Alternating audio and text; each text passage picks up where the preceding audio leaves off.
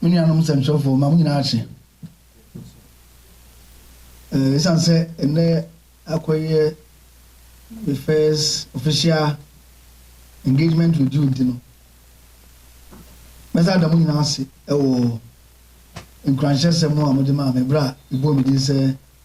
nsa maye director of communications and so far support in cooperation my dream from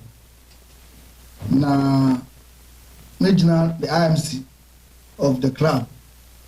yura na apenkra kwesi ewa da no ene Kotoko busani na the national secretary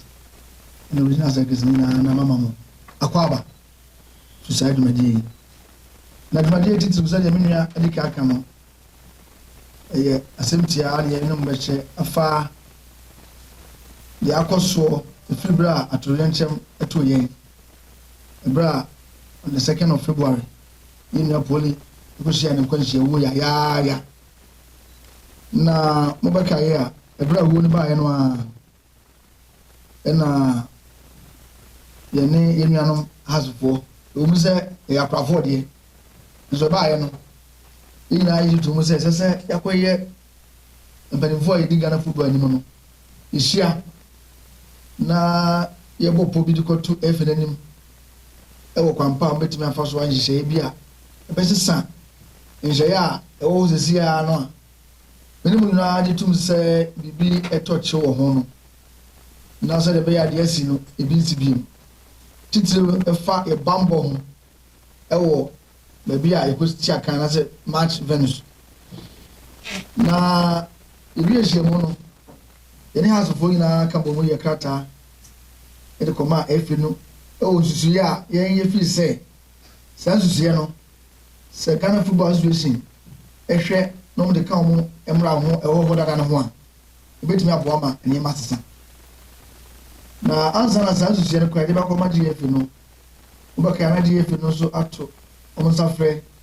Premier League clubs na si emra meeting ewo Accra na yakoye no ensem do no na yaka ho asem no ewo yakrata no no na yakububu ho ho a efe no so anche kra no omo de biasesi a krata aba efe no the enhanced match day safety and security protocols 2025 it of abon say DF4 emra omo pejemu se emeka emra dada e wo no na ebra ba ko ball ba bia no sa amre yebetime abo players ne supporters no bibia club officials na ho ba ya enko fa basa ne atrencham kasi asi ebi mabim na mboka ya eno ati no Kotoko every to the free se ensem na de ba ya no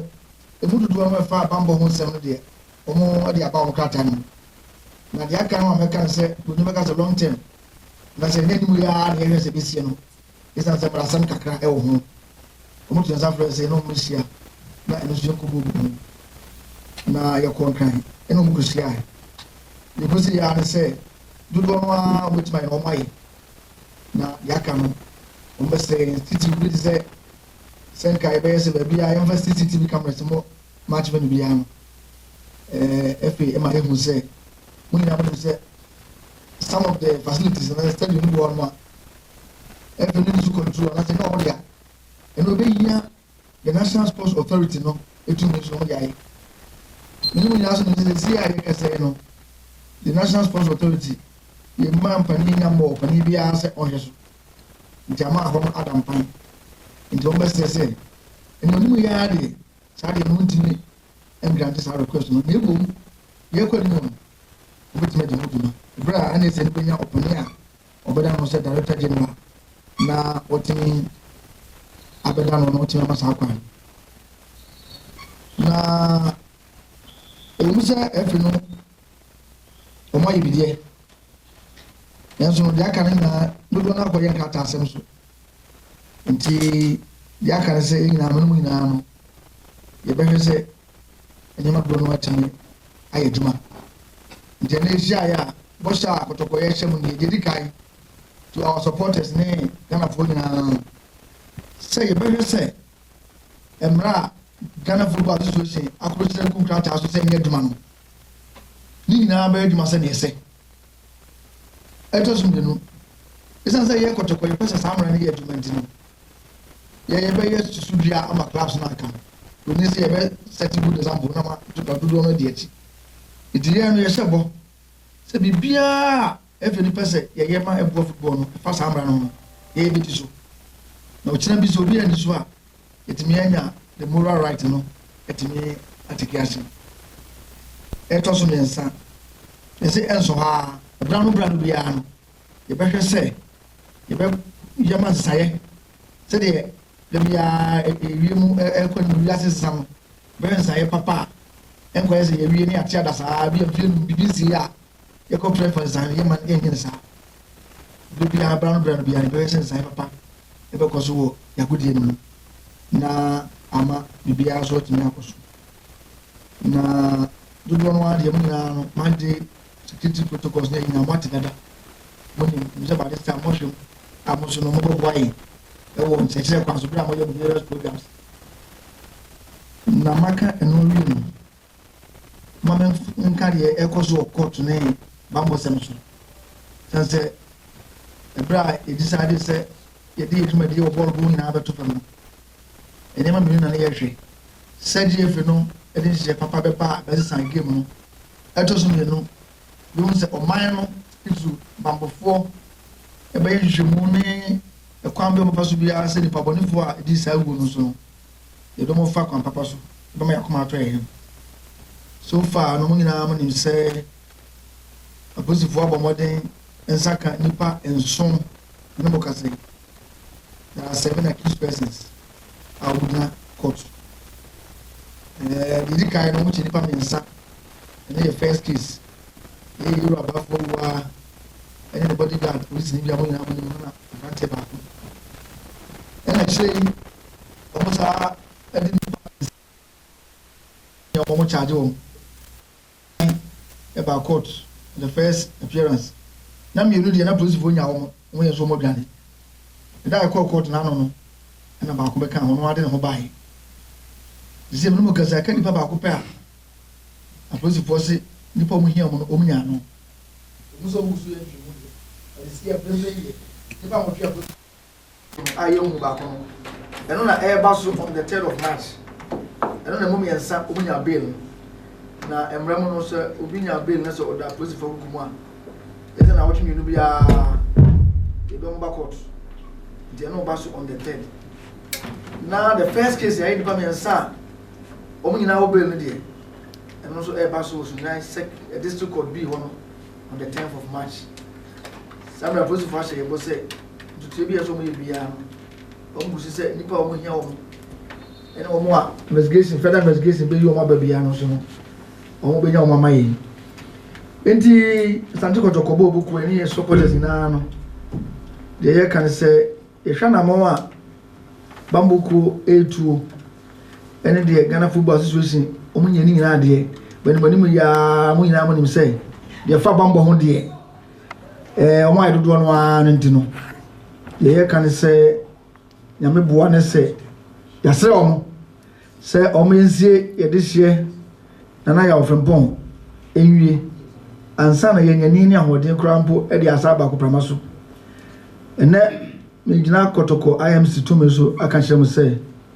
sɛ Ghana Football Association yɛ ɔmo hyehyɛeɛ after sɛ yɛayɛ the burial and the final funeral rites of the late Nana Poli no a na sɛ ɔmo to yɛn nsa frɛ sɛ afei deɛ yɛmmra agoprama so a yɛbɛyɛ ahoboa sɛ afei deɛ yɛbɛsa abobɔ no bio yɛnyina soɔ ne sɛ mpanin si bɛrima bɛyɛ bi ɔbɛyɛ nyinaa yɛni aso anamontuo na ɔmo tuo no yɛnim sɛ ɔmo bɛto aso saa ɛsan sɛ yɛbɛkɔ so asi wɔn so saa ne Ghanafoɔ nyinaa so de wɔn ano atom ti no yɛnim sɛ kɔɔto deɛ wo GFA deɛ wo ne nyinaa no ɛbɛto aso akɔ so ɛtɔ so bio mo nyinaa mo nim sɛ bɔɔlo bɔ yɛ nipa bi so adwuma wɔn yɛ yɛn nyinaa so nanteɛ ne yɛ obi a yɛn so yɛhwɛ wɔn yɛwɔ contracts a ewu a ɛsɛ yɛ renew ɛtɔ so mmiɛnsa yɛn nyinaa yɛhyɛ CAF ase CAF nso wɔn hyehyɛ a ebile bi do ɛsɛ sɛ yɛtumi submit clubs a wɔn bɛ gyina Ghana nan mu ɛwɔ the next edition of CAF and Confederations Cup anim enti ye keka ni na bom no ejiri se bra so say afedi etime kura ye de hye na chi kura de a esese esa be bobo no with the hope say mo nyina mo be tayechi na miwie kura mefa konye so na mada krowura Asante Kotoko hene ina openso se to bibiu ewo so de wasi akura ye mo fisa asemi ba ye afutuo ne akwanche ode maye ene ayiye no nhese ho ka nyina ono afa na de se oye na yi oye na dihye na yi kron ebra na nakukuru hene na busu nyina so so etanichi amana koso enso wa musu media voice so be damase se nyamo a ko bi ntidi ekoso ne asese ne mudumadi no mama nye pepe frenchum a enyare amjese ene bibia nkoto manfoso etoso biom Ghana by intimi nyine mfrimesa say enam ne so na the Minister for Sports and Recreation Oba Besai the Ghana Police Service awpani pa odano the IGP Eru Akufo dampare so etuno na bakromu ha the Regional Minister Dr. Frank Amakwene the Regional Police Command the Ghana Football Association GA company for any adofo nyina Americans so many supporters every by a woman omuna ezie si omuna so ba bi ekọ bia ina omuna ekọ neba ti en secretary ne supporters ina so ile beda mwasi na elimse ye no aka no so ayeba so on the 6th of March no so munya yemu munya ina beka bom na yakra ina na chikura ama na yefe na yakra bere medamu ina asi. Police informed the court at the last sitting that investigations are ongoing. That case comes off on the 10th of March, referring to the first case. Now, with the second case, there are 6 persons who have been charged, 6 accused persons, out of which 5 have appeared before court. One of them is still at large. That is, he has run away, according to the police. The name is Brahma, popularly known as Rasta. And according to the police, he is the one that they are convinced might have stabbed our brother and friend Poli to death. We believe that the police will continue with to intensify their investigations towards the arrest of the 6th accused person. Well, putting all this together, we appreciate that the FA is doing its part, even though the measures are on paper. As I have assured you, we shall ensure strict compliance and enforcement of the measures.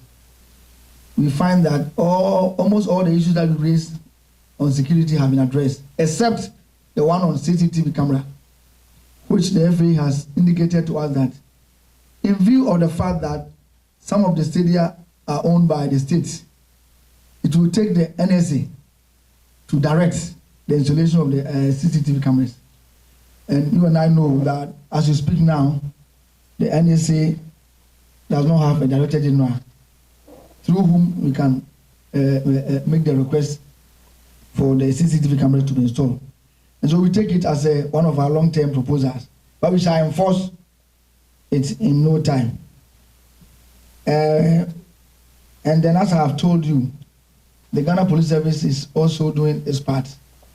So we are convinced that they will intensify their investigations, and the court will also continue with their trials. In view of the